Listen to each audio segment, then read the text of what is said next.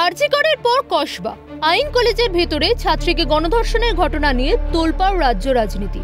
ঘটনার তদন্তে ইতিমধ্যেই উঠে এসছে একাধিক চাঞ্চল্যকর তথ্য।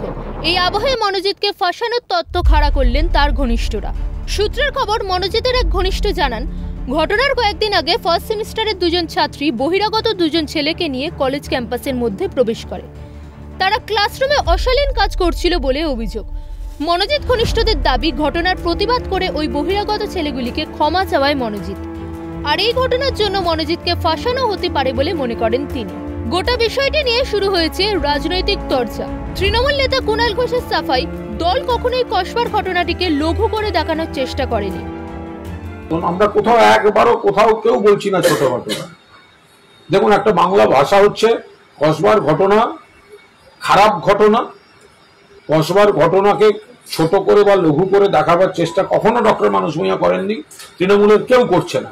পুলিশ সঙ্গে সঙ্গে অ্যারেস্ট করেছে এবং মানস ভূঁইয়া যেটা তুলনা করেছেন যে সারা ভারতে এত সংখ্যক এত রকম ঘটনা ঘটছে, পহেলগাঁওতে এত বড় ঘটনা ঘটছে, বিজেপি সেগুলো ছেড়ে এখানে অকারণ কুৎসা করার চেষ্টা করছে।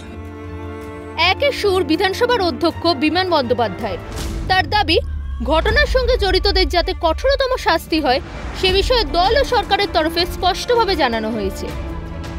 এটা অত্যন্ত নিন্দনীয় ঘটনা এবং আমাদের দল থেকে সবাই এটাকে ঘটনার নিন্দা করেছে এবং যারা এই ঘটনার সঙ্গে জড়িত তাদের কঠোরতম যেন শাস্তি দেওয়া হয় সে ব্যাপারে রাজ্য সরকার রয়েছে, আমাদের দল থেকেও সবাই একই কথা বলেছেন সরকারি পক্ষ থেকে। এদিকে এই ইস্যুতে রাজ্যের শাসক দলের বিরুদ্ধে তীব্র আক্রমণ শানিয়েছে গেরুয়া শিবির। নারী নির্যাতন প্রসঙ্গে একাধিক ঘটনার কথা তুলে ধরে নিজের এক্স হ্যান্ডেলে পোস্ট করেছেন রাজ্য বিজেপির সহ পর্যবেক্ষক অমিত মালব্য। সেখানে তিনি লিখছেন, এই রাজ্য দেশের ধর্ষণের রাজধানীতে পরিণত হয়েছে, আমাদের মেয়েরা এখানে সুরক্ষিত নন। একই সুর বিজেপি সাংসদ শ্রমিক ভট্টাচার্যের গলায়। তার প্রশ্ন, পুলিশ যদি প্রমাণ লোপাটের কাজে ব্যস্ত থাকে তাহলে তার পরিণতি আর কি হবে? সামাজিক ব্যাধি বলে একটা সরকার দায়মুক্ত হতে পারে না।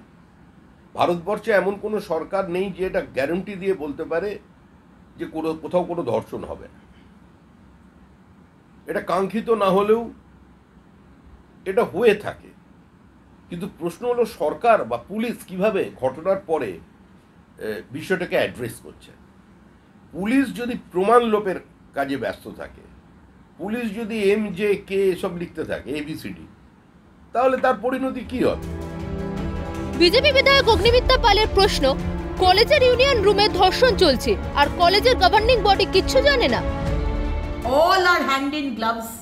হাসপাতাল বলুন, শিক্ষা প্রতিষ্ঠান বলুন, তৃণমূল দুষ্কৃতী বলুন, নেতা বলুন, যে একটি ছেলে যার 4 বার করে সে শ্লীলতাহানি করেছে, সে পুলিশকে মেরেছে, সে গাড়ি ভাঙচুর করেছে, রেগুলার বেসিসে সে মহিলাদের ওপর অত্যাচার করে, তাদের ভিডিও তোলে, তাদেরকে ব্ল্যাকমেল করে, তাকে আজকে সে ধর্ষণ করছে সন্ধ্যে 7:30টার সময় কমন রুম, ইউনিয়ন রুম, যে ইউনিয়ন রুম থাকারই কথা না, কয়েক বছর ধরে কোনো ইলেকশনই হয়নি, সেই ইউনিয়ন রুমে ধর্ষণ চলছে, অথচ গভর্নিং বডি জানে না।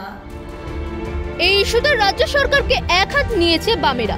সিপিএম এর রাজ্য সম্পাদক মোহাম্মদ সেলিমের দাবি, কলেজের সিসিটিভি ফুটেজ মেলায় রাজ্য প্রশাসন তথ্য প্রমাণ লোপাট করতে পারেনি। পুলিশও দেখবে, সব জায়গায় বলে থানায় সব জায়গায় সিসিটিভি লাগিয়ে দেওয়া হয়েছে, কিন্তু আলটিমেটলি যখন ঘটনা ঘটে তখন দেখা যায় তার ফুটেজ নেই। এখানে তাও ওই দোকান, ওষুধ দোকান, গার্ড রুম, তারপর হচ্ছে তো যেখানে ঘটনা ঘটেছে সেখানে নেই, কিন্তু ওই কলেজ প্রেমিসেসের মধ্যে সিসিটিভি ফুটেজ থেকে কিছু পাওয়া গেছে। না হলে তো এটা আরজি করার মতো হতো, আগে পুলিশ কমিশনারকে পাঠিয়ে দিয়ে মমতা ব্যানার্জি ফুটেজগুলো লোপাট করে দিতেন।